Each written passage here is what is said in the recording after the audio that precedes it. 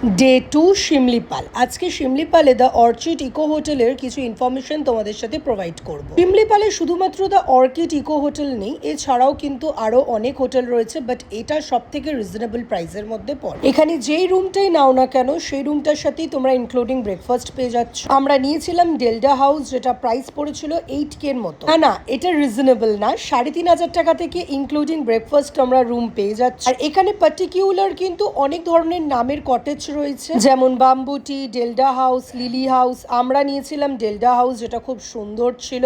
এর second floor থেকে একটা দারুণ ভিউ আসছিল।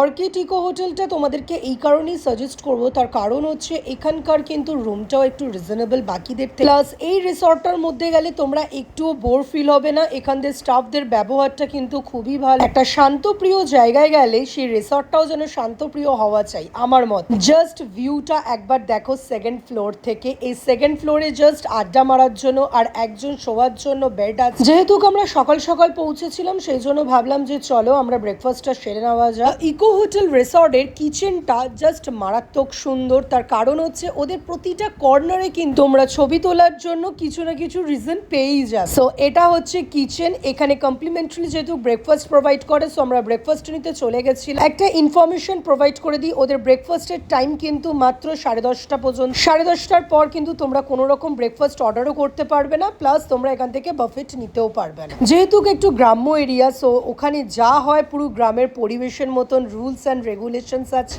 চানার চাট থেকে শুরু করে তোমরা এখানে ডিম, ব্রেড, ইডলি, পোয়া, ইচ অ্যান্ড এভরিথিং পেয়ে। আমরা খাওয়া দাওয়া করে একটু এক্সপ্লোর করতে বেরিয়ে গেছিলাম। বিকেলটা এত সুন্দর ছিল, জঙ্গলের ভেতর থেকে তোমরা river view and mountain view পেয়ে যাবে। রিভার ভিউটা আমরা পাইনি, সেরকম জল পাইনি বলে, বাট মাউন্টেন ভিউটা অসাধারণ ছিল।